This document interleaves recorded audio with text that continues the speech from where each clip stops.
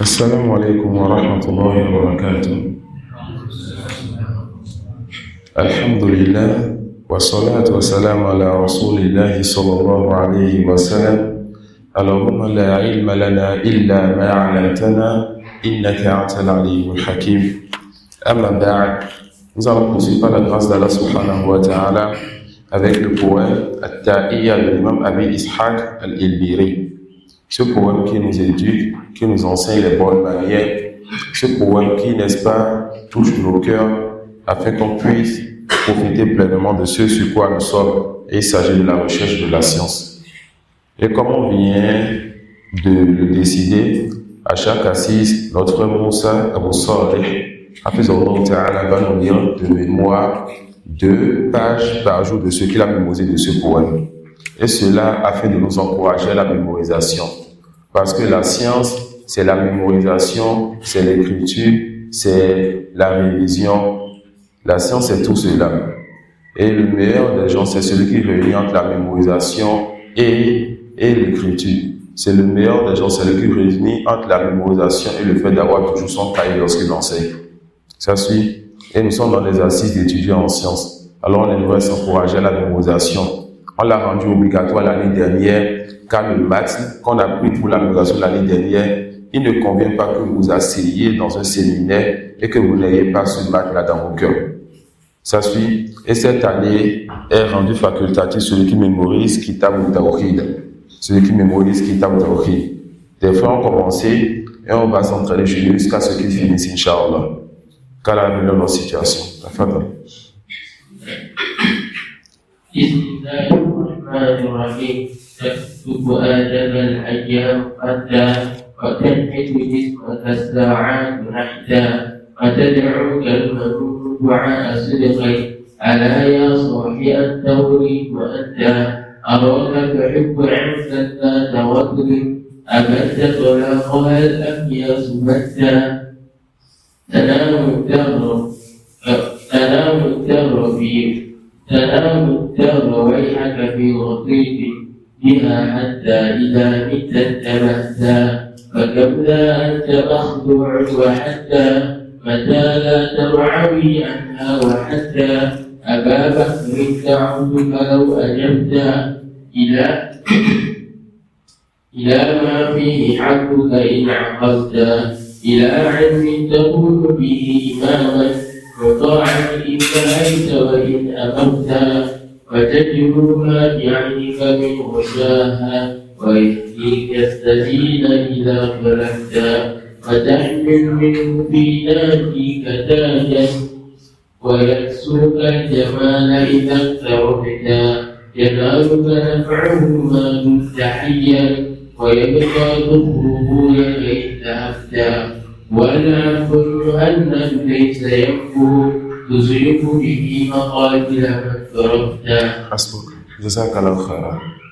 Sachez qu'Allah vous fasse miséricorde, que la science est une grâce qu'Allah subhanahu wa ta'ala mette dans le cœur de ses serviteurs. Et Allah, il donne à qui il veut. Nous avons vu, lorsque nous rentrons au pays, des gens qui sont meilleurs que nous et des gens qui sont meilleurs que beaucoup de ceux que nous connaissons parmi vos frères qui sont à l'extérieur. Alors que quand vous voyez parmi vos frères qui ne sont pas sortis pour étudier, ceux qui font des efforts dans la religion et qui ont acquis une science importante, donnez-leur leur considération, profitez d'eux. Car la science n'est pas limitée à celui qui a voyagé, mais la science est une grâce d'Allah qu'il donne à qui il veut. La science n'est pas limitée à celui qui est sorti du pays, mais la science est une grâce d'Allah qu'il donne à qui il veut. Et ça, c'est une compréhension erronée chez beaucoup de personnes. Lorsque la personne est une personne étrangère, lorsque celui qui te parle est étranger, tu lui donnes une certaine considération. Lorsque celui qui te parle est venu de l'étranger, même s'il fait partie de ton pays, tu lui donnes une certaine considération. Mais lorsque celui qui te parle, il fait partie de vous, il n'a pas voyagé, tu ne lui donnes pas cette compréhension. Alors que cette religion a commencé par le fait qu'Allah fasse sortir des gens, une personne de leur chair, qui parle leur langue, et qui n'avait pas disparu avant de revenir. Non, la base est qu'on sorte pour prendre la science chez les savants. Mais nous avons vu parmi ceux qui sont sortis, ceux qui sont sur la vérité, parmi vous les gens de la sunna, mais qui font peu d'efforts. Et nous avons vu parmi ceux qui sont sur place, ceux qui font des efforts, que nous n'avons pas vu ceux la faire là-bas. Alors quand vous voyez le bien dans vos frères, et combien sont-ils nombreux? On peut en citer parmi eux autant. On peut citer au nord notre frère Shafiou, on peut citer au nord le frère Saïd, on peut citer au nord le frère Richard, on peut citer au nord le frère Idriss, on peut citer ici au sud parmi vous tous ceux qui sont devant moi. Et en particulier, on peut citer le frère Abou Ramla, on peut citer le frère Hamza, on peut citer le frère Moussa, on peut citer plein de personnes, l'Oustaz Youssef. Parmi ceux que nous avons cités, et nous avons oublié beaucoup d'autres qui sont encore meilleurs que ceux que nous avons cités. Alors ne limitez pas la prise ou la recherche de la science auprès de ceux qui sont venus de l'extérieur. Ça, c'est un manque de véracité. Si c'est la science que vous cherchez, alors sachez que la science d'Allah subhanahu wa ta'ala est dans le cœur de ceux qu'il a choisis. Et aucun test n'a dit que est pour condition d'être oustaz ou enseignant le fait de voyager. Et je l'ai dit plus d'une fois. On avait beaucoup de frères de bien. Si la dawa de ces frères-là avait pris comme cela devait prendre, ou bien si certains de ces frères-là qui sont occupés par certaines choses étaient occupés par la science, connaissant notre faiblesse et notre niveau, nous n'allions pas encore descendre pour enseigner quoi que ce soit. Ça peut aller. Et combien sont ces frères-là qui se plaignent de dire, lorsque je fais une assise, je vois un ou deux frères. Je vois un ou deux frères. Et encore, peu parmi ces frères qui viennent et qui se veulent de la sunna prennent le cahier pour prendre l'autre. Pourquoi? Pourquoi vous négligez vos frères qui sont parmi vous, alors qu'ils ont une grande part de science, si seulement vous saviez? Peut-être si vous allez vous faire signe de voyager pour aller voir que la situation de ceux qui viennent de l'extérieur, vous allez voir qu'en réalité, le distingue donc ceux qui sont à l'extérieur et ceux qui sont sur place, que le fait qu'eux, ils ont pris leur billet et qu'ils sont partis. Mais parfois, ceux qui sont sur place font plus d'efforts que ceux qui sont à l'extérieur. Ça suit. Alors, on espère d'Allah que vous changez cette idéologie et que vous arrêtez de négliger vos frères qui sont sur place et qui font beaucoup d'efforts pour vous. Et en les considérant, Inch'Allah, vous allez voir que cette dawa, ce prêche-là va être propagée. Ne limitez pas le bien à une catégorie de personnes. Nous ne sommes pas des hizbiyoun. Si tu ne viens pas chez moi, tu n'iras pas chez d'autres que moi. Mais nous sommes la communauté du prophète Mohammed sallallahu alayhi wa sallam qui a été envoyé vers l'humanité tout entière. Nous sommes la communauté du prophète Mohammed sallallahu alayhi wa sallam qui a été envoyé vers l'humanité tout entière. Et Cheikh Boukbil avait compris cela, dans le sens où, lorsqu'il enseignait à ses élèves, il se fâchait lorsqu'il demandait à l'un d'entre eux de s'asseoir pour enseigner à d'autres personnes. Ça suit. Donc, lorsqu'on est dans ces assises-là, si parmi vous, il y a ceux qui négligent les assises de leurs frères dans leur zone, à Porto-Novo, au nord, à Kandy et bien d'autres, ne soyez pas donc étonnés que les gens négligent vos assises aussi. Pourquoi? Parce que vous n'avez pas voyagé. Ça suit. Alors la science ne se limite pas à celui qui a voyagé. On prend la science de toute personne qui a pris sa haqqan, qui a pris ça de droit. Et le prophète Mohammed sallallahu alayhi wa sallam a dit quoi? Man salaka tariqan yaltamisu fihi ilman sahhala Allahu lahu bihi tariqan ila al-jannah. Les savants disent man lil umum. Ils disent le man qui vient pour le char, pour la condition idha jaa ma'an nakira yufidu al-umum. Celui qui prend un chemin, qui entreprend un chemin par lequel il veut chercher la science. Alors, quel que soit le chemin, il a pris le bus, il marche, il a pris l'avion, il a pris le bateau, il s'assoit, il prend un livre qu'il peut lire lui-même, comme les livres en français qu'on vous a partagés. Pas besoin d'un oustaz. Il s'assoit avec un imam, un alpha, un oustaz de son quartier, de son pays. Il apprend dans n'importe quelle langue. Celui-là rentre dans ce hadith-là où il a pris un chemin pour faire quoi? Pour chercher l'agrément d'Allah, pour chercher la science. Allah va lui faciliter un chemin vers le paradis. Et le prophète sallallahu alayhi wa sallam, il a dit quoi? Nandararahu mra'an sami'a maqalati fawa'aha fa'addaha kama sami'a. Qu'Allah illumine donc le visage de quelqu'un qui a entendu sa parole, qui a mémorisé sa parole et qui a transmis cette parole de la meilleure des manières, comme il a entendu. Et il a dit tasma'una wa yusma'u minkum wa yusma'u mimman yasma'u minkum. Vous entendez et on va entendre de vous. On va vous écouter. Et on va écouter ceux qui écouteront de vous. Et il a dit,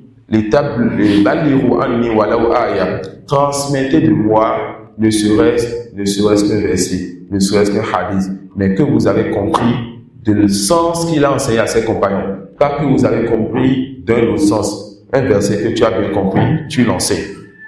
Et les savants font toujours la différence entre l'enseignement et la fatwa.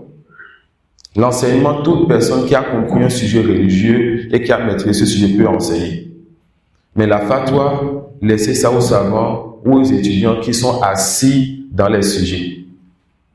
Ça suit, l'enseignement, tout le monde peut le faire quand on maîtrise un sujet religieux. Mais la fatwa, laissez ça aux gens de science et apprenez à dire je ne sais pas. Apprenez à dire je vais faire des recherches. Apprenez à dire je vais questionner. Cheikh Moukbil aimait mettre ses élèves devant quand il maîtrisait certaines sciences. Mais il leur interdisait de répondre à certaines questions ou aux questions, ou bien il leur interdisait de parler dans d'autres sciences. Et c'est comme ça qu'on préserve la dawa. Que chacun connaisse son niveau et sa place. Et que chacun dise seulement ce qu'il maîtrise.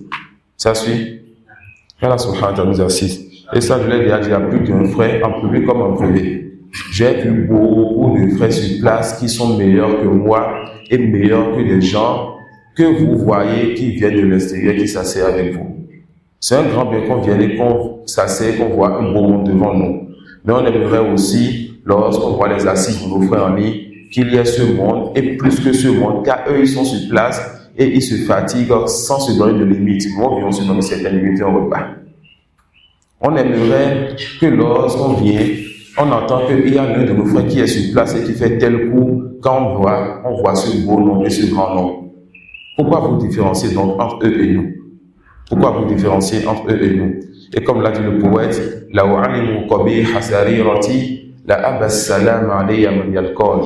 si les gens savaient ce que je faisais en secret, alors personne n'allait accepter de saluer. Ça suit? Personne n'allait accepter de saluer. Donc créez Allah et prenez la science de celui qui l'a pris avec droit. Craignez Allah et arrêtez de diviser entre ce qui ne peut pas être divisé. La personne a pris la science avec droit, vous savez qu'il a une part de science, alors pourquoi vous faites le zourde? Pourquoi vous détournez de son assise? Et vous allez attendre chaque fois 1 an pour que quelqu'un vienne s'asseoir pendant 1 mois. Et quand il part, c'est comme si on a éteint la lumière, vous êtes dans les ténèbres, vous attendez encore qu'un autre prédicateur vienne, qu'il soit béninois ou autre que les béninois.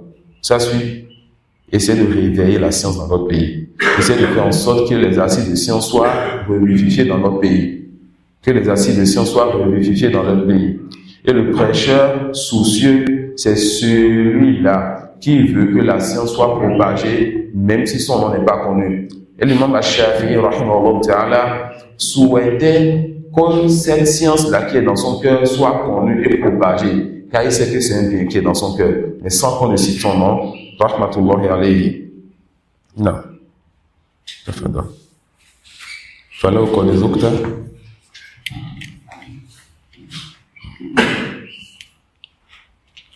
فلو قد ذقت من حلواه طعما لآثر التعلم واجتهدت.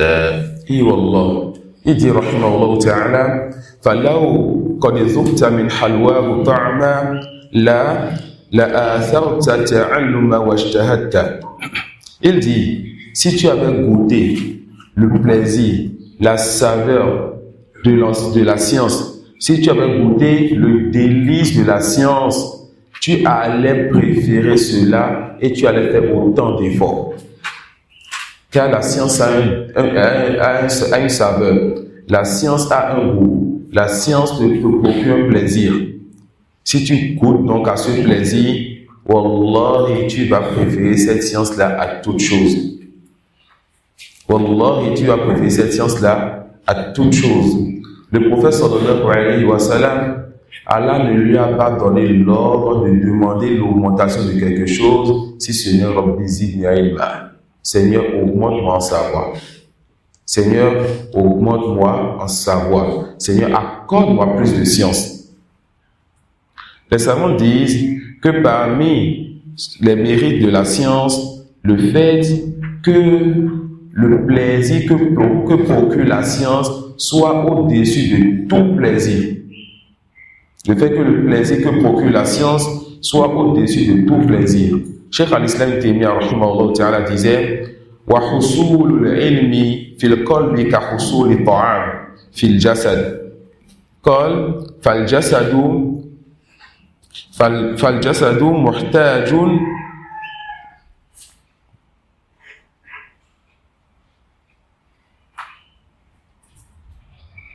Ça, c'est les conséquences d'écrire la nuit. Là, j'ai du mal à lire mon écriture parce que j'ai écrit ça dans certaines circonstances. Il dit, sur le sens, فالجسد محتاج إلى الطعام والشراب كذلك القلوب طيب فالجسد تحس بالطعام والشراب كذلك القلوب تحس بما تنزل عليها من العلوم التي هي طعامها وشرابها. Cheikh al-Islam Taymiyya rahimahullah ta'ala, il te fait comprendre que la science pour le cœur est comme la nourriture pour le corps. Le corps ressent le besoin et ressent l'effet de la nourriture et de ce que tu consommes.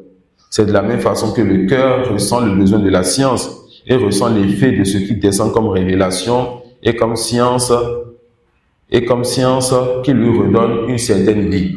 Et comme on l'a vu dans une assise, Jibril, il est un ange chargé de donner quoi? De donner la vie. Quelle vie? La vie du cœur, car il fait descendre la révélation par la permission d'Allah subhanahu wa ta'ala. Alors, le repas du corps, c'est la nourriture, c'est ce que nous consommons, c'est ce que nous buvons. Et le repas du cœur, c'est la révélation. Et sache, ô fils d'Adam, que tu es créé de deux choses. Tu es créé d'un corps et d'une âme. Alors, nourris ton corps et nourris ton âme. Et prends garde, car le corps disparaîtra et l'âme restera. Ne sois pas parmi ceux-là qui nourrissent leur corps et qui négligent leur âme. Ne sois pas parmi ceux-là qui sont des cadavres ambulants. Ils marchent, mais son âme est morte. Ils marchent, mais son cœur est scellé. Ça suit? Sois parmi ceux-là qui nourrissent leur corps tout comme ils nourrissent leur âme. Certains des savants disaient لن تجد لذة العلم حتى تجوع وتنسى الجوع. Subhanallah. Certains des savants disaient tu ne vas pas goûter à la saveur de la science jusqu'à ce que tu aies faim et que tu oublies la faim. Tu ne vas pas goûter la saveur de la science jusqu'à ce que tu aies faim et que tu oublies cette faim-là. Et wallah, si on devrait se mettre à raconter les histoires de nos imams, lorsqu'ils ont goûté la saveur de la foi, lorsqu'ils ont goûté la saveur de la science, nous n'allons pas finir cette assise-là. Nous n'allons pas finir cette assise-là. L'un d'entre eux se retrouve dans sa bibliothèque en train de lire, on lui apporte le repas du matin, il oublie le repas, on lui apporte le repas de l'après-midi en prenant le repas du matin intact. L'imam Muslim, vous savez comment il est mort? Rahimahullah ta'ala. Il est dans une assise de révision avec d'autres imams. Et les assises de révision, un tel peut te dire la chaîne de transmission, toi tu vas dire le hadith, l'autre dit le hadith, tu dis la chaîne de transmission, et réviser comme ça entre eux. Ils ne sont imams qu'après avoir mémorisé, qu'après avoir révisé, et s'ils se sont fatigués pour cette science-là. L'imam Muslim, il est dans cette assise, et on lui rapporte un hadith. Muslim ne connaît pas ce hadith. Il se dit subhanallah.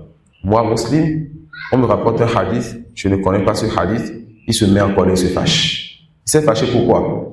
Pour le fait de penser avoir ignoré une science religieuse. Il se lève de l'assise, il va dans sa bibliothèque et il ouvre ses livres. Il prend un panier de dates. Quand il ouvre une page pour vérifier le hadith, il met une date dans sa bouche. Il prend une page pour vérifier le hadith, il met une date dans sa bouche. Le petit matin reçoit l'imam Muslim, il est mort, rahimahullah ta'ala. À cause de la chaleur que lui a procuré, l'excès de dates qu'il avait mangé. Mais subhanallah, on rapporte qu'on l'a retrouvé mort, la tête sur la page où il y a le hadith. Il a écrit et il a oublié. Qu'est-ce que vous ressentez lorsque vous voyez qu'on vous apprend quelque chose ou bien qu'on vous dit quelque chose de votre religion que vous ignorez? Est-ce que vous ressentez de la gêne comme si vous avez un grand manquement? Il y en a parmi les gens, ceux qui ont des millions, des milliards ou plus que cela, mais qui en recherche davantage. Voilà, nous a créé faible et sans science. Et on n'a encore rien acquis de cette science. Mais est-ce qu'on a la parure de celui qui recherche donc cette science? Comment se fait-il donc que celui qui fait des efforts dans ce bas monde fasse plus d'efforts que l'étudiant en sciences? Cela n'est pas correct. Cela n'est pas correct. Si l'autre peut aller à l'école pendant 5 heures de temps, l'étudiant en sciences doit étudier pendant au moins 5 heures de temps. Si l'autre peut travailler pendant 8 heures de temps, et il y en a qui travaillent pendant 12 heures de temps, l'étudiant en sciences doit travailler pendant 8 heures de temps, l'étudiant en sciences doit travailler pendant au moins 12 heures de temps. Ça suit? Pourquoi? Parce que les autres cherchent du halal, et du bon halal est quelque chose qui est louable. Mais vous, le halal que vous cherchez, c'est la meilleure des choses, c'est la plus grande des choses. Et on n'atteint pas les plus grands degrés si ce n'est qu'avec des efforts. Vous connaissez le Cheikh Abdul Muhsin Al-Ban, Hafizahullah Ta'ala. Notre Cheikh, le Dr Ahmed Saïd, nous a dit que Cheikh Abdul Muhsin, on ne voit pas, n'est-ce pas, au niveau de sa jambe, on ne voit plus ses poils. Les poils que l'un d'entre voit au niveau de ses jambes, on ne voit plus Cheikh Abdul Muhsin. Pourquoi au Cheikh? Il dit parce que Cheikh s'est tellement assis dans les assises de sciences que ça ne pousse plus. Ça a disparu. Ça a disparu.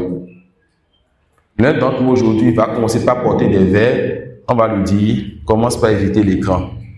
Eux, ils portaient des verres. Non, eux, ils perdaient la vue carrément à cause du fait qu'ils se réveillaient la nuit, allumaient des bougies et pour lire, et pour réviser, et pour mémoriser. Machallah, aujourd'hui, vous êtes dans vos fauteuils, vous êtes dans vos, je ne vais pas dire fauteuil ou chaise, comment je vais l'appeler. Vous êtes dans votre confort, si. Mais encore, vous allez dire, Mohamed nous a surchargé. L'un d'entre eux sortait pour aller étudier avec son groupe. Il revenait, et en revenant, il passe par un marché. Ils ont faim, ils voient du poisson, ils paient du poisson cru. Ils rentrent chez eux, le temps de réviser et de repartir à leur cours. Ils ont bu le poisson pendant 1 jour, 2 jours, 3 jours, voire plus. Et ils ont été obligés, à un moment donné, après un certain nombre de jours, pour que le poisson ne se gâte pas totalement, de manger le poisson comme ça. L'un d'entre eux est héritier de plusieurs millions, d'une grosse somme, et il dépense tout dans la science, en voyageant, en achetant des livres, en voyageant, en achetant des livres. Ne connaissez-vous donc pas l'histoire de ceux-là qui ont mis leur temps et leur argent dans cette science-là jusqu'à ce qu'on dise qu'ils manquent de moyens et ils vendent le toit de sa maison pour continuer à étudier? Voilà pourquoi lorsque les savants ont compris cela et qu'un étudiant vient vers eux pour dire je vais étudier la science, il dit quelle science? Il dit la science de hadith. On lui dit va annoncer d'abord la bonne nouvelle à ta famille de la pauvreté. Ça suit? Va annoncer la bonne nouvelle à ta famille de la pauvreté. Mais quelle bonne pauvreté? Cette pauvreté dans laquelle d'abord tu sauvegardes le besoin de ta famille. Et souvent comprenez les hasards. Comprenez les hasards. Et Cheikh Ibn Taymiyyah, je vous le recommande souvent dans celui qui a n'a qu'à écouter Hilyatu Talib al-Ilm de Cheikh Ibn Taymiyyah. La parole de l'étudiant de Cheikh Ibn Taymiyyah. Il vous donnera cette éducation. Et alhamdulillah, le Dr Ahmed Saïd, il ne laisse pas un hasard sans souvent nous montrer la bonne compréhension. Beaucoup de personnes vont lire les hasards. Et c'est quoi les hasards? Il s'agit des textes qui nous parlent de comment nos imams étaient ou les compagnons étaient, mais qui n'arrivent pas à avoir la compréhension qu'il faut. Ils prennent souvent un extrême. Ça suit? Ils prennent souvent un extrême. On te dira quoi? Que l'étudiant en sciences sera toujours pauvre. Ça veut dire quoi? Il sera toujours pauvre. Et ça veut dire alors qu'il va être négligent, il ne doit pas travailler, il ne doit pas nourrir sa famille, etc. La réponse, non. Le fait qu'il mette du bois sur son dos pour aller travailler est mieux pour lui que le fait qu'il quémande. Parmi les étudiants en sciences, il y en a qui font des activités de ce bas monde. Il y en a qui savent, qui font du commerce. Il y en a qui savent créer des sites. Il y en a qui font ceci, qui font cela. Alors tu dois avoir ta part de temps que tu donnes pour travailler, pour chercher ton risque. Pour chercher ton risque. Et malgré cela, on te dit, lorsque tu as sauvegardé le besoin de ta famille, tu vas dépenser dans ta science pour voyager, pour faire la da'wah, pour payer des livres, pour faire ceci, pour faire cela. Ça suit.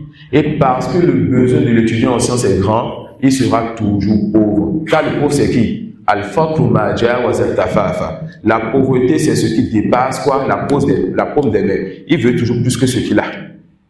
On a commencé en payant de petits lits comme ça de 10 journées. Ensuite, on est allé en payant des lits comme ça de 90 journées. On est passé en payant des lits de 1000 journées. On s'est vu en payant des lits de 10 000 journées. On trouve 1 million dans la main. On se lève, on prend le Uber, on va à la Maktaba, on revient avec 3 cartons, l'argent est terminé. Mais la joie dans le cœur. Et si on trouvait, on allait encore payer. Ça peut aller. La joie de la science, si vous goûtez à cela, vous n'allez plus jamais vouloir quelque chose en dehors de ceci. De sorte même que certaines femmes ont compris cela. Parmi les femmes, ce qu'on rapporte, des femmes qui disent à leur mari qui a une seule femme, si tu prenais une deuxième femme sur moi, cela serait préférable pour moi que le fait que tu passes ton temps dans tes livres. Car lorsqu'il rentre dans la science, il rentre dans ses livres, il oublie Dunia et tous ses plaisirs, et la femme fait partie des plaisirs de ce bas monde. Et ça, c'est l'Oustaz Saïd qui m'a rapporté cela lorsqu'on était en train de parler du milieu de la science et qu'on s'encourageait. Ça suit. Et quelque chose de proche de cela, on a un proche de notre chef, le docteur Ahmed Saïd là-bas, un Égyptien, qui une fois lui, moi, on parlait, et me dit que sa femme, lorsqu'il cite à côté d'elle le nom de notre chef, sa femme est en colère et elle est jalouse. Pourquoi? À cause du grand attachement du frère au chef. Et tout simplement parce que le frère, il est réveillé dans les assises de chef, et notre chef nous fatigue avec beaucoup d'assises. On fait cours du vendredi au vendredi. Le fage, on a cours, le hans, on a cours, 3 à 4 fois pas sur la cour, on a cours au maghrib. Donc le frère, il est tout le temps là-bas, il fait partie de ceux qui aussi gèrent derrière la dawa de Cheikh, par le fait d'ordonner les dawarot, etc. Donc il ne peut pas passer une journée sans dire Cheikh Ahmad. Et ce n'est pas au Cheikh qu'il est attaché, mais la science qui est dans le cœur de Cheikh. Ça peut aller. Cette science-là, quand tu goûtes sa saveur, wallahi, tu vois qu'en réalité, tout ce bas monde est malheur sauf cette science. Taha, ma anzalna alayka al-Qur'an. Le Coran, c'est quoi? L'imam Ahmad disait Al-Quran ilmullah. Le Coran, c'est ça la science. Nous n'avons pas fait descendre sur toi, ô Muhammad sallallahu alayhi wa sallam, ce Coran pour que tu sois malheureux. Alors, tout ce qui est en dehors de cette religion, et toutes ces religions est science, tout ce qui est en dehors de cette religion n'est que malheur. Ça suit? Sauf ce que tu prends de ce bâton pour te rapprocher de ton Seigneur. Tout ce qui est en dehors des affaires religieuses n'est que malheur. Sauf ce que tu prends de ce bas monde pour te rapprocher de ton Seigneur. Et rentre en cela, le fait que tu travailles, tu fasses tes activités, tes business pour nourrir ta famille. Car ce que tu mets dans la bouche de ta femme et de ta famille, c'est une sorte d'accord. D'accord? Mais certains savants le disent, et je pense vers cet avis, même s'il y a d'autres avis, que tu as la récompense de ce que tu mets dans la bouche de ta famille si tu fais cela pour Allah. D'autres savants disent que cela n'est pas, tu n'as pas vu de cela, mais je pense que cet avis, c'est l'avis de notre cher, que celui-là qui nourrit sa famille, celui qui fait les provisions, ou donne l'argent à madame d'aller faire les provisions, en voulant se rapprocher d'Allah à cette récompense-là. Ça suit. Qu'Allah nous permette, n'est-ce pas, de goûter la saveur de cette science. Qu'Allah nous permette, n'est-ce pas, de sentir la douceur de cette science, la fraîcheur de cette science dans le cœur. Et les savants disent aussi, comme l'a dit Ibn al-Qayyim, et Ibn al-Qayyim, subhanallah, c'est quelqu'un qui est étonnant. Il a écrit un livre qu'on appelle An-Nuniyya. An-Nuniyya, c'est un poème, un long poème, dans lequel il a décrit le paradis, en se basant sur les tests. Cheikh Ahmad al-Jami te dit, quand lui, et qui te dira qui est Cheikh Ahmad al-Jami, ce grand savant-là, qui lorsqu'il te parle, tu te dis que c'est ton grand-père africain qui te parle. C'est différent. Ce grand savant que nous aimons en Allah, et Wallah, nous l'aimons en Allah, rahimahullah ta'ala, il dit que lui, donc des gens comme lui, alors ne parlez pas de gens comme moi, que lui, ce n'est pas que, eux là, ils parlent du paradis et vous ne ressentez rien. Il te dit, Ibn Qayyim, c'est comme si lui te parle de ce qu'il a vu, de ce qu'il a vécu. An-Nuniyya, celui qui comprend l'arabe et qui écoute ou bien lit, An-Nuniyya, c'est autre chose. C'est autre chose. Une description du paradis, Wallah, qui va te donner envie de te lever pour œuvrer. Et c'est comme ça, Ibn Qayyim. Il a écrit un livre, Al-Kalim Tayyib. Vous ouvrez ce livre-là, vous avez envie de déposer le livre pour faire chaque fois de raka, pour aller jeûner, pour faire des œuvres. Chaque phrase qu'il vous dit dans le livre, c'est pour vous rapprocher d'Allah. Chaque phrase qu'il vous dit dans le livre, ça vous remet encore en cause. Et notre chef nous a fait goûter une part de cela dans le Ramadan passé, où il a fini le Ramadan en lisant la description du paradis. On était dans la mosquée, on était dans un jardin. Ce qui nous faisait goûter en nous décrivant le paradis de ce livre béni, on était dans un jardin. Ça suit. Wallah, la science c'est quelque chose. Les compagnons ont compris cela lorsqu'ils sont avec le prophète sallallahu alayhi wa sallam. Ils étaient tellement calmes qu'un oiseau pouvait se poser sur leur tête. Et lorsqu'ils quittaient là-bas et qu'ils retournaient vers leur famille, qu'ils riaient, qu'ils s'amusaient, qu'ils revenaient à leur bas monde, le halal de leur bas monde, l'un d'entre eux disait qu'il est devenu hypocrite. L'un d'entre eux disait quoi? Qu'il est devenu hypocrite. Comment? Parce qu'ils sentent la différence qui se passe dans leur cœur. Ils sentent ce que leur cœur, quelque chose a changé. Que diable de celui-là qui passe son temps dans le haram, wa liyadhu billah. De celui-là qui passe son temps dans le haram.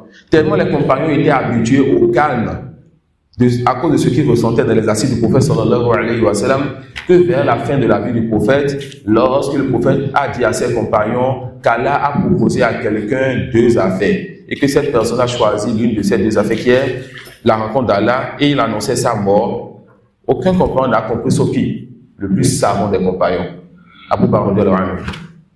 Et lorsqu'il a compris cela, il a arrêté le prophète, il a interrompu le prophète pour parler. Et les compagnons qui étaient déjà habitués à ne jamais parler à ses assises, écouter donc de ceux qui sont en train de prendre comme miel, ils ont dit, mais comment le prophète peut parler? Tu peux parler. Ça suit. Wallah, et cette science-là, cette science c'est quelque chose. Les savants disent, la nuzhata alladhu min an-nazari fi uqul ar-rijal. Il n'y a pas un pique-nique, il n'y a pas une sortie de plaisir, il n'y a pas une distraction meilleure que le fait donc d'étudier, de lire, de chercher à comprendre la religion. Et on demandait à Abdullah ibn Mubarak. Et Abdullah ibn Mubarak n'a jamais vu un compagnon ni un tabi'i. Il fait partie des savants qui sont venus après les premières générations. Et l'un de nos grands savants, rahimahullah, on lui dit, avec qui tu t'assois? Il dit, je m'assois avec les compagnons du prophète Mohammed sallallahu alayhi wa sallam. Comment cela? Quand il lit les livres, il ouvre le livre, il entend Abu Bakr dit, Omar a fait, Abu Bakr dit, Ousmane a fait, Ali a allé, et il vit dans une autre époque, dans une autre génération. Il est dans un milieu où les choses sont serrées, où les gens n'arrivent plus à respirer, où c'est dounia, tu sors, c'est dounia, tu sors, c'est dounia, tu sors, c'est dounia. Il se met dans sa bibliothèque, il ouvre ses livres et il voyage. C'est comme si lorsqu'il ouvre sa bibliothèque, il rentre dans un vaisseau pour repartir dans un temps où les choses étaient meilleures. Et c'est le prophète sallallahu alayhi wa sallam quoi? La meilleure génération, c'est sa génération. Vous pouvez vivre cette meilleure génération par la science de cette génération et c'est laissé dans les livres. Wallah, il s'est laissé dans les livres. Certains ont souhaité être à l'époque du prophète sallallahu alayhi wa sallam. Mais Allah qui vous a créé à cette époque sait qu'il se peut que si vous n'étiez à son époque, vous soyez parmi les gens de Quraysh ou bien parmi les hypocrites, qu'Allah nous en préserve. Alors, à cause de notre faiblesse, Allah nous a créé dans cette époque. Mais on peut toujours vivre ce qu'ils ont vécu en étudiant la sira authentique, en lisant donc leurs histoires, en étudiant leurs croyances, en mettant les pas dans ce dans quoi ils ont mis, en mettant les pas dans leurs traces. Nous allons finir cette assise ou bien ce premier livre en voyant les causes qui peuvent nous aider à avoir la baraka dans la science et les causes qui peuvent nous empêcher d'avoir la science. Est-ce que ces causes-là viennent de moi? Je n'ai rien. Mohamed Abou n'a rien lui-même à vous donner. Mais tout simplement, il va vous remettre ce que les savants lui ont laissé. Qu'est-ce qu'ils lui ont laissé? Notre chef Mustafa Hafizahullah Ta'ala a dit, Min asbabi tahmili tahsili barakatil ilm.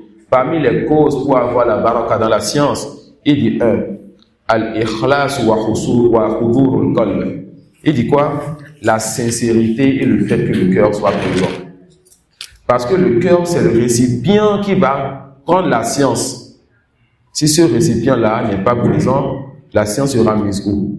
Si ce récipient-là est déjà rempli, ou ce récipient-là est déjà tourné vers autre chose, cette science-là ne va plus rentrer dedans.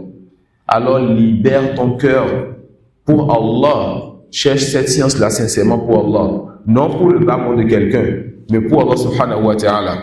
Deuxième chose, taqwallah wa ijtinabul ma'asi. Et ça c'est très important. La crainte d'Allah et le fait de délaisser les péchés. La crainte d'Allah et le fait de délaisser les péchés. Les savants disent, comme l'a dit, je vais dire le bête, je vais voir qui peut me dire qui l'a dit. Shakawtu ila waqi'a su'a hifzi. L'imam Ash-Shafi'i. Et qui vous dira qui est l'imam Ash-Shafi'i? Ce grand savant-là, l'imam et le cheikh de l'imam Ahmad ibn Hanbal. Écoutez ce qu'il vous dit. Il dit, Shakawtu ila waqi'a su'a hifzi.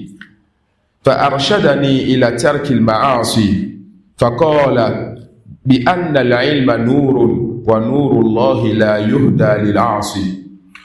L'imam Shafi'i est allé voir son cheikh pour se plaindre de sa faible mémorisation. Pour se plaindre de sa faible mémorisation. Oh cheikh, j'ai du mal à mémoriser. Et combien sommes-nous dans cette situation? Alors son cheikh lui dit, délaisse les péchés, car la science est une lumière et la lumière d'Allah, on ne la donne pas aux pécheurs. Subhanallah. La lumière d'Allah, on ne la donne pas à celui qui désobéit à Allah. Tu désobéis à Allah subhanahu wa ta'ala et tu prétends l'aimer. Tu désobéis à Allah subhanahu wa ta'ala et tu prétends l'aimer. Sache qu'Allah subhanahu wa ta'ala, c'est là où est-ce qu'il met sa révélation. Sache qu'Allah subhanahu wa ta'ala, c'est là où il met sa révélation. Le troisième point, ulul himma. Le fait que tu sois parmi ceux-là qui ont une grande motivation, que tu aies de l'ambition dans la science. Ça suit.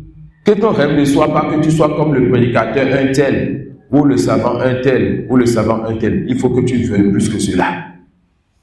La science n'a pas de limite. Qui t'a dit qu'un béninois ne peut pas devenir un grand savant, un moudjahid? Il faut que tu élèves le niveau, que tu élèves le degré. Ne te contente pas de vouloir étudier la langue arabe pour devenir un simple traducteur. C'est un grand bien, mais ce n'est pas suffisant. Ne te contente pas d'étudier 5 ans, 10 ans pour devenir un prédicateur, un étudiant en sciences. C'est un grand bien, mais ce n'est pas suffisant. Ne te contente pas d'avoir le niveau de Cheikh Ibn Selim, le Cheikh Al-Albani, ou le Cheikh Moukbil. Non, c'est un grand bien, mais ce n'est pas suffisant. Ne te contente pas de vouloir avoir le niveau de Cheikh Al-Islam Taymiya, ou de Ibn Qayyim, ou de Ibn Kathir, et qui te dira qui sont ces savants-là. C'est un grand bien, mais ce n'est pas suffisant. L'imam Ahmad Ash-Shafi'i, ce n'est pas suffisant. La science d'Allah, elle est vaste. Et si tu te donnes, Allah te donnera. Mais sache que si tu donnes tout ton temps à la science, tu n'auras qu'une petite partie de cette science. Alors chaque fois que tu vas augmenter en études, tu dois t'humilier pour ton Seigneur, pour ces créatures. Voilà pourquoi les savants qui ont étudié avec droit sont humbles. Et ne se prend d'orgueil que celui-là qui a étudié par orgueil ou pour autre qu'Allah. Il a étudié pour qu'on dise qu'il est savant. Il a étudié pour qu'on l'élève. Il a étudié pour s'asseoir devant les gens. Il a étudié pour remplir des livres de fatawa.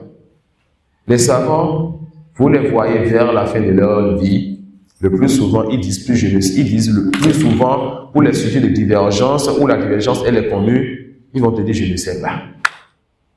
Et quand tu leur dis, pourquoi tu dis, je ne sais pas? Il va te dire, parce que j'ai connu la divergence. J'ai devant moi 20 paroles, et je connais la force de chaque parole. Tu veux que je choisisse maintenant comme ça entre les paroles, alors qu'il sait très bien ce qui est plus proche de la vérité. Mais qu'est-ce qui s'est passé? Sa science s'est apaisée dans son cœur. Il craint plus son Seigneur. Il s'apaise maintenant dans ce domaine-là. Et il ne veut plus parler n'importe comment. Ça suit. Plus la science augmente, si elle est bénéfique, plus tu deviens humble. La science, lorsque le prophète a voulu prendre cela, on l'a serré, on l'a secoué. Lorsque la révélation descend sur lui, il transpirait et ses cuisses devenaient lourdes. La science, elle est lourde. Comme je me rappelle lorsque j'ai payé le livre Adour al-Saniya, qui renferme les Rasaï des Ulama Najd. Et c'est le premier livre que j'ai payé à un gros prix. J'étais avec Abou Talha, le Sénégalais, dont je vous ai déjà parlé plus d'une fois, et Abou Karim, notre grand frère qui n'est pas loin actuellement. Et on est parti, j'ai payé ce livre-là. Et quand j'ai voulu prendre le carton, c'était lourd. Abou Talha m'a dit une phrase, depuis plus de 3 ans que j'ai payé ce livre que j'ai retenu. Hafizahullah, il a dit quoi? Al-ilmu thaqilun ma'na wa mabna. La science, elle est lourde. La mémoriser, la réviser, l'étudier, ça a besoin de patience. Et aussi, la science, elle est lourde lorsque tu veux transporter ou bien avoir une maktabadi d'un étudiant en sciences. Avant de voyager, j'ai fait une sorte de déménagement. J'ai passé plus de 2 heures la nuit avec ma maman dans ma bibliothèque pour faire sortir une part de mes livres. De sorte même que le prétendu étudiant en sciences, à un moment donné de la nuit, lui, il est fatigué, il dit « Maman, je vais dormir ». Il se réveille le lendemain et la miséricorde du Père pour son enfant. Maman a fait le travail et a mis scotch sur tous les cartons. Le lendemain, pour pouvoir amener les livres, j'ai dû payer 3 Égyptiens qui ont fait descendre tous les cartons, 24 cartons, et amener dans le nouvel appartement. Ensuite, j'ai dû appeler 3 à 4 Béninois qui m'ont aidé ensuite pour qu'on puisse faire quoi? Pour qu'on puisse étaler les livres. Mais le plaisir qu'on ressentait dans tout ce travail, le plaisir que je ressentais à payer ceux qui vont descendre les livres, et ensuite le grand plaisir quand tu finis tout cela, que tu revois tes livres là. Ça suit? Et bien sûr, les livres, on ne les paye pas juste pour dire que j'ai payé des livres. Avoir beaucoup de livres est une bonne chose. Et n'écoutez pas ceux qui vous disent qu'il n'y a aucun intérêt dans le fait d'avoir beaucoup de livres. On en a écouté plus d'un, et aujourd'hui, ils regrettent lorsqu'il y a 4 ans, 5 ans, les livres étaient moins chers en Égypte, et on a commencé à payer plus tôt, et qu'aujourd'hui, payer un livre là, il faut faire comme ça. Ils regrettent aujourd'hui. Ça suit. Les savants disent, le fait de chercher à avoir beaucoup de livres, juste pour avoir des livres, rentre dans la parole d'Allah, Alhaakumut takathur. Vous avez été distrait par le fait d'accumuler le bien en abondance. Toute chose que tu veux accumuler en abondance, sans en profiter, sans rendre dans ce verset. Voilà pourquoi, quand la récompense en vient, ceux qui nous ont donné ce conseil plus tôt, lorsque tu vas à la bibliothèque, à la maktaba pour payer un livre, il faut le payer avec certaines intentions. Je paye ce livre-là pour en profiter moi-même. Et ou pour que quelqu'un vienne chez moi, voir le livre et m'en fasse tirer profit. Et ou pour que ma descendance puisse en profiter. Et ou pour que les musulmans puissent en profiter. Ça suit. Et quand tu mets ces intentions derrière, alors paye ce que tu veux. Vous connaissez l'un des descendants de Cheikh Mohamed Abdul-Wahhab, le Cheikh Salih Al-Sheikh. On m'a rapporté qu'il a au moins une villa, et c'est juste à Maktaba. Il remplit toute une villa de livres. Et ce cheikh-là, celui qui l'écoute, c'est qu'il a une grande connaissance des livres. Celui qui l'écoute, c'est qu'il a un grand amour pour les livres. Et celui qui l'écoute, c'est qu'il lit beaucoup. Et notre cheikh nous dit souvent, Hafizahullah, que plus tu vas lire, et moins tu vas parler. Ça veut dire quoi, moins tu vas parler? C'est pas que tu as fait des cours de 5 minutes, 10 minutes, non. Chaque fois quand tu dis peu, il y a beaucoup de choses qui sortent dedans. Et c'est ça qui te rapproche de la révélation. Car le prophète sallallahu alayhi wa sallam était caractérisé par le fait d'avoir jawami'ul kalim. Il disait peu de choses, et on nous explique ça dans de gros livres. Ça suit? Il disait peu de choses, et on nous explique ça dans le gros livre. Alors, mettez la barre haute. Soyez ambitieux dans la science. Et dans tout ce qui a rapport à la science. Ne vous limitez pas à ce que vous voyez les étudiants, mais les gens font autour de vous. Cherchez toujours dans la façon d'étudier, dans les livres que vous payez, dans votre da'wah et tout ce qui a rapport à la science, cherchez toujours à mettre la barre haute. Et sachez qu'Allah subhanahu wa ta'ala vous facilitera en fonction de vos ambitions. Allah subhanahu wa ta'ala vous facilitera en fonction de vos ambitions. Celui qui a peu d'ambition, Allah lui donnera ce qu'il veut. Celui qui lève l'ambition, Allah lui donnera ce qu'il veut. Et il suffit pour toi que tu mettes haute l'ambition et le désir. Allah ne te donne pas la réalité de cela, mais tu as la récompense de cela. Tu fais les causes qu'il faut et tu veux devenir le moudjahid de cette époque. Tu fais les causes qu'il faut et tu veux être celui-là qui va être le réformateur de ce pays. Un jour, que ce pays est devenu un pays musulman. Il se peut que jamais Allah ait décrété que jamais ce pays ne soit un pays musulman, mais que les anges écrivent là-bas que tu es le réformateur de ce pays à cause de ton intention et de ta motivation. Ça, c'est une porte que beaucoup de personnes négligent. Tu n'es pas étudiant, tu es déjà occupé par tes activités. Tu es déjà occupé par tes activités et pas autre que cela. Et tu sais de toi, mais que tu ne peux plus donner du temps. Donc, comme ces jeunes-là donnent du temps, dis-toi que si j'avais encore la capacité de m'asseoir et d'étudier comme ça, je le ferai. Et si tu es sincère pour Allah, tu as la meilleure récompense même si tu ne le fais pas. Ça suit. Qu'est-ce que Waraka ibn Nawfal a dit lorsque le prophète sallallahu alayhi wa sallam est venu avec lui, avec Khadija? Il dit subhanallah. Laytani. Ça dit quoi laytani? C'est-à-dire la chose elle est impossible. Mais j'aurais voulu. Si seulement j'étais présent lorsque ton peuple sorte je vais te secourir. Lorsqu'on est Naoufal, qu'est-ce qu'on dit? Rabbi Allahu anhu. De sorte que certains savants se demandent, c'est pas lui le premier qui s'est converti à l'islam. Subhanallah. À cause d'un souhait, d'un désir. Nous avons ce cœur-là, mais le cœur est distrait. Alors qu'avec ce cœur-là, on peut rester assis dans notre fauteuil, le thé à notre droit, et on est en train de ramasser les récompenses. Si on est véridique dans le fait de dire, subhanallah, regardez comment ces jeunes-là sont assis. Si j'avais la capacité, le temps, j'allais faire la même chose qu'ils font, et plus que cela. Tu es récompensé, tu es sincère dans ce que tu dis. Ça suit. Voilà pourquoi faisait partie aussi des habitudes de nos imams, le fait de s'asseoir entre eux et de dire ta'ammal. Ça veut dire quoi ta'ammal? Lance un souhait. Un tel va dire, j'aimerais qu'Allah m'accorde le paradis. Un tel va dire, j'aimerais devenir un grand savant de jurisprudence. Un tel va dire ceci, un tel va dire cela. Et s'ils ont la possibilité de faire les causes, ils vont faire les causes. Et s'ils n'ont pas la possibilité, ils viennent de faire une assise simple dans laquelle ils auront beaucoup de récompenses par la permission de leur Seigneur. Le quatrième point, pour avoir la baraka dans la science, akhzul ilmi ala yadil ulama. Le fait de prendre la science auprès des gens de science. C'est qui les savants? Le savant, c'est toute personne. C'est toute personne qui a étudié, qui a mis en pratique. Le savant, c'est toute personne qui a étudié la vérité et qui l'enseigne. Le savant n'est pas limité à l'âge. Le savant n'est pas limité au nombre d'années qu'il a étudié. Toute personne qui a pris une part de science et qui met en pratique, toute personne qui a pris une part de science bénéfique et qui l'enseigne est savant en fonction de cela.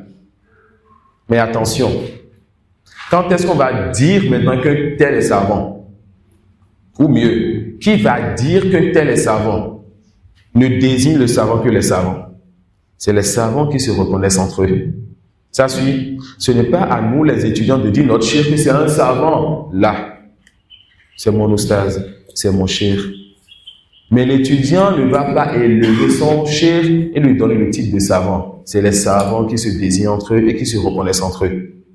Ça suit. Ensuite, le point suivant,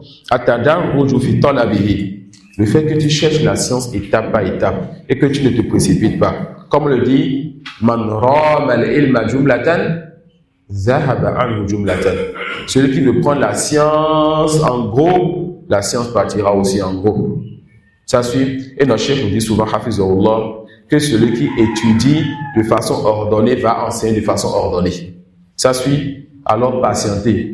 Prenez la science étape par étape, étudiez de façon ordonnée et sachez que le plus important, c'est que vous mouriez sur ce chemin. Et que vous n'allez jamais atteindre la finalité de ce chemin, que ça n'a pas de finalité. Le point suivant, al-amalu bil-ilm, le fait de mettre en pratique ce qu'on étudie. Et le dernier point que le chef Mustafa Hafizahullah Ta'ala il a cité, as-sabru wa kathratu at-takrar wal muraja'. Le fait de patienter et de réviser beaucoup. Ça suit. Le fait de patienter, de ne pas délaisser les études et de réviser beaucoup.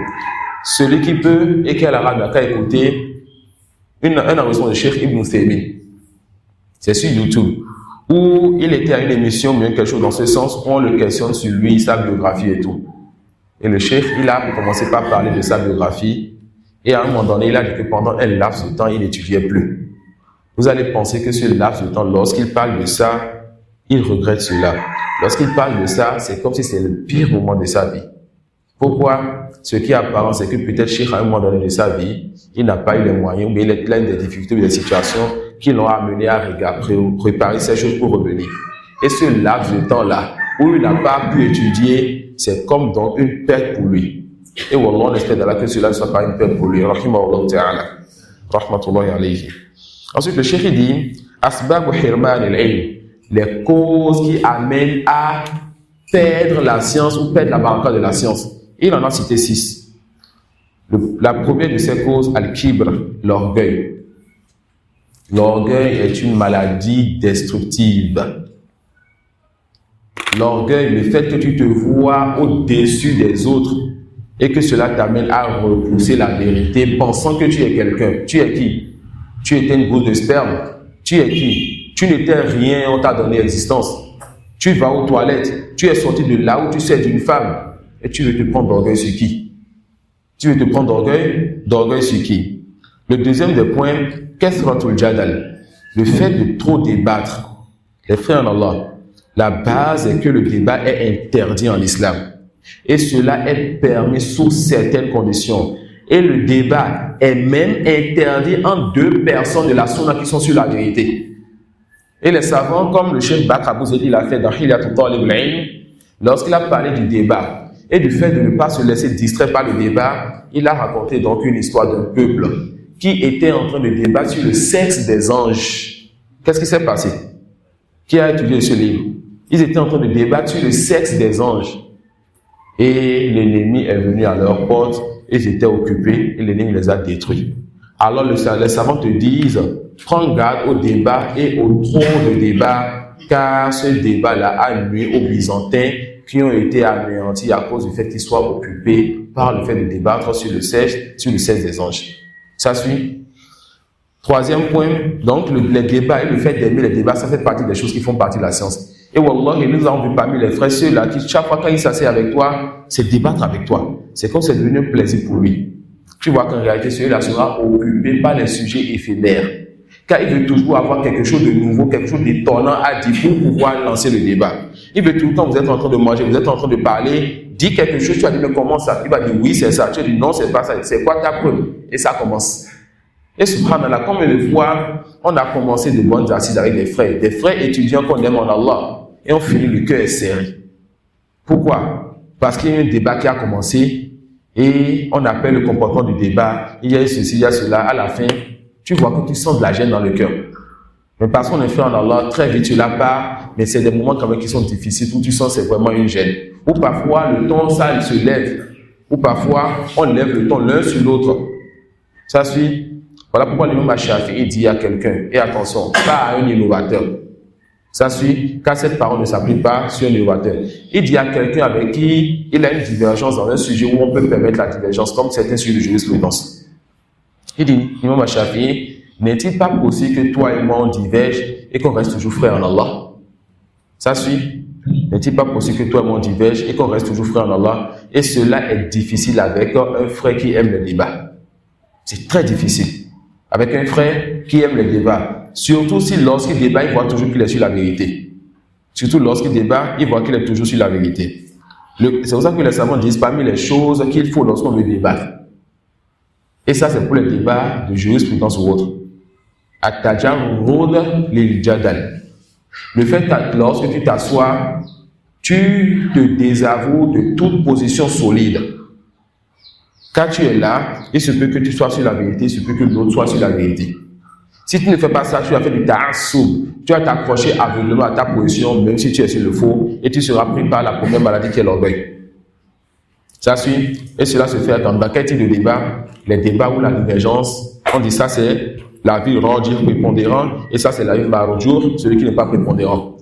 Mais quant au débat entre le vrai et le faux, entre l'innovation et la sunna, il n'y a pas ce que tu t'assois, tu te dis ce que tu sois sur le vrai. Tu dois avoir la certitude que tu es sur le vrai, qu'il est sur le faux. Et tu ne t'assois pas pour voir qui a raison. Tu t'assois, n'est-ce pas, car la joie est le bon conseil, tu veux l'appeler donc à ce bon conseil.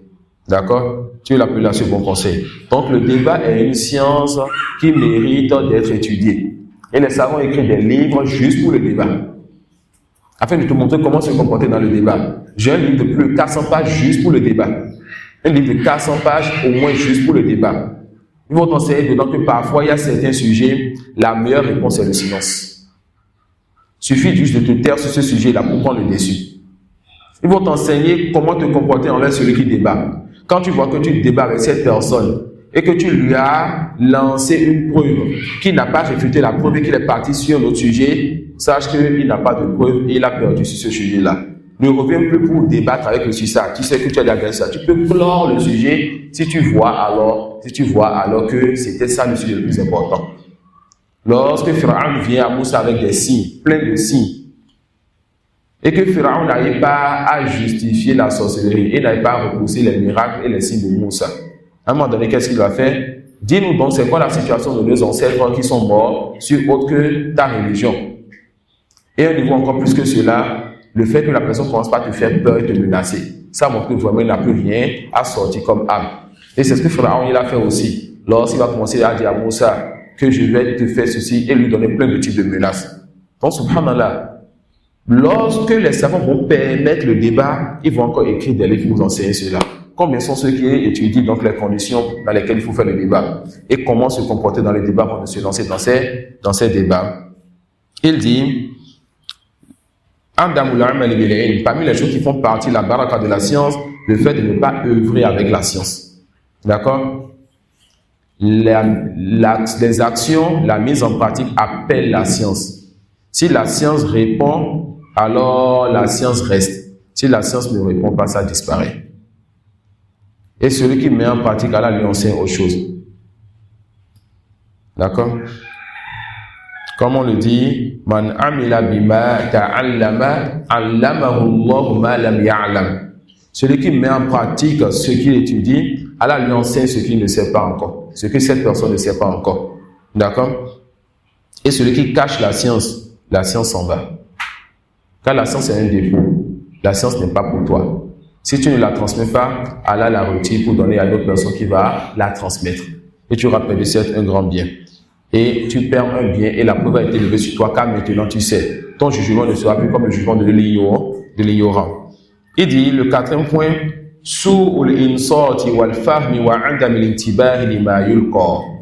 parmi les choses qui font qu'on ne profite pas de la science, qu'on perd la baraka de la science, le fait de ne pas savoir comment se tenir dans les assises de science. De ne pas être concentré dans les assises de science. De ne pas savoir comment écouter celui qui nous enseigne. Et on a vu cela des compagnons. Comment ils étaient dans les assises du prophète sallallahu alayhi wa sallam? Ils étaient tellement calmes qu'un oiseau pouvait se poser sur la tête de l'un d'entre eux. Et on a entendu Cheikh Al-Hussein plus d'une fois mettre de l'ordre dans ses assises. Il va dire un tel pourquoi il est assis contre le mur. Il va dire un tel pourquoi ceci, pourquoi cela. Et notre Cheikh Ahmad Saïd, c'est déjà venu qu'on finisse un cours et parfois certains d'entre nous, dont moi, on s'assoit sur des chaises comme ça, des petites choses comme ça qui sont dans la mosquée de Cheikh. Et il le faut parce que Cheikh est dur parfois. Et il y a certains de ces étudiants qui s'interdisent cela. Mais quand vous révisez entre nous, vous voyez qu'ils aiment le confort. Mais ils disent qu'ils n'ont pas envie, qu'ils trouvent de la gêne de s'asseoir devant le cheikh. Et c'est des choses, s'asseoir devant ton cheikh dans le confort, c'est permis. Ne pas t'asseoir pour pas respect pour le cheikh, c'est permis. Et les deux sont un bien. Toi, tu t'assois pour avoir un certain confort et être concentré et étudier. L'autre ne s'assoit pas par respect pour le cheikh, on espère la récompense pour vous deux. D'accord? On espère la récompense pour vous deux. Le cheikh, une fois, on finit une assise et commence à nous raconter des histoires de savants et de salafs qui, lorsqu'ils s'asseyent, ne bougent pas, lorsqu'ils s'asseyent, ils sont concentrés. Et cela, c'était après une longue assise qu'il a fait avec nous, où on a changé de position plus de 10 fois. Tantôt, on est assis comme ça, tantôt, on est assis comme ça, tantôt, on chante, tantôt, c'est la meilleure pose, tantôt, certaines personnes se lèvent, vont aux toilettes, mettent le dos dans le visage, etc. Et quand il a fini de raconter cette histoire, à partir de l'assise qui a suivi, quelle que soit la douleur qu'on se ressentait, on n'essayait plus de bouger. Jusqu'à ce qu'il sourit encore une autre fois et qu'il nous dise, essayez de vous mettre à l'aise. Ça suit, essayez de vous mettre à l'aise. Donc, fait partie des choses qui font perdre la baraka de la science, le fait de ne pas savoir comment être concentré et profiter du coup. Tu viens au cours, tu es occupé par ton portable. Tu viens au cours, tu as tes écouteurs. Tu viens au cours et c'est toi qui parles avec celui qui est à côté de toi et ce qui va dans ce sens. Cinquième et avant-dernière chose, on a déjà parlé de ça. Le fait de ne pas partager, de ne pas propager la science. Ça suit. Sachez que lorsque je m'assois devant vous, sachant donc ma faiblesse et le peu de science que j'ai, je m'assois d'abord pour réviser. Car j'ai deux oreilles. Quand je parle, j'écoute moi-même avant que vous vous entendiez. Alors, en parlant, qu'est-ce qui se passe? Je révise moi-même. Ça suit. Et si j'étais resté là-bas et que j'allais profiter de mes vacances, ou bien j'étais rentré au pays, je veux profiter de mes vacances et que je n'enseigne pas, je vais oublier une bonne partie de ce que je suis, de ce que j'ai appris. Et je vais retourner là-bas avec une science en moins. Le chef sera en train d'avancer, moi mon niveau a changé. Le chef sera en train d'avancer, moi mon niveau a changé. Alors il va dire des choses que je ne vais plus comprendre. Je vais trouver que les choses deviennent un peu trop lourdes. Peut-être que je vais délaisser la science. Peut-être que je vais finir par avoir une mauvaise compréhension. Et qu'à la cause d'avoir une mauvaise compréhension et de parler en s'égarant et en égarant les gens. Et combien sont ces étudiants qui, alhamdoulilah, sont dans un grand bien, mais par ceux qui ne font pas l'effort de faire tourner ce qu'ils ont appris en partageant pour réviser, et qu'ils se prennent 1 mois, 2 mois de repos, ils oublient une bonne part. Et quand ils ne consultent pas leur cœur, après vous les voyez, leur niveau a changé et ils ne le remarquent pas. Et c'est cette chose qui amène les fitades. Un tel a dit ceci, il ne doit pas dire cela. Les ignorants vont prendre parti, les ignorants vont parler et les fitanes s'explosent. D'accord? Et cela pourquoi? Parce qu'un étudiant a pris trop de repos et il n'a pas voulu partager ce qu'il a étudié. Ça suit. Et le dernier point que le chef là, c'était Hafizullah Ta'ala, musahabatul al-kusala. Parmi les choses qui font perdre la baraka de la science et parmi les choses qui font que la personne n'a plus cette science bénéfique, le fait de marcher avec les paresseux. Al-mar'u ala dini khalilihi. L'un d'entre vous est sur la religion de celui avec qui il marche. D'accord? Donc le fait de marcher avec les paresseux, ça fait partie de ce qui fait perdre la baraka de la science. Tu vas te dire, Masha'Allah, je suis dans un grand bien, j'ai plus de science que lui. Ça t'a amené à faire quoi? À perdre de motivation, à moins avancer, à faire plus d'efforts. Alors que l'islam nous a demandé de faire quoi?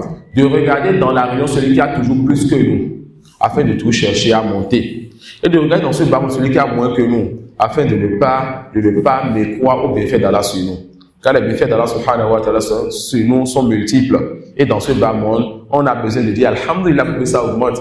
Alors qu'en regardant celui qui a plus que toi, est-ce que tu vas dire Alhamdulillah? Tu n'as pas eu beaucoup et tu n'as pas ouvert la porte pour augmenter. Alors qu'en regardant celui qui a moins que toi, tu vas louer ton Seigneur. Tu vas louer ton Seigneur et en faisant les causes, il va augmenter. Mais dans la religion, tu ne dois pas te suffire de peu. Tu dois dire Rabbi zidni ilma. C'est-à-dire augmente-moi en science. Omar, il regardait Abou Bakr. Et quand Abou Bakr fait, il veut faire plus que lui. Abou Bakr le devance encore, il dit c'est bon, je ne peux plus jamais te devancer. Ça suit. Donc dans la religion, tu vas avancer en regardant celui qui a plus que toi. Et dans ce bas monde, tu auras plus en regardant celui qui a moins que toi. Et c'est ça donc le décret du Seigneur de l'univers. Wallahu a'lam wa subhanaka wa bihamdik ashhadu an la ilaha illa anta astaghfiruka wa atubu.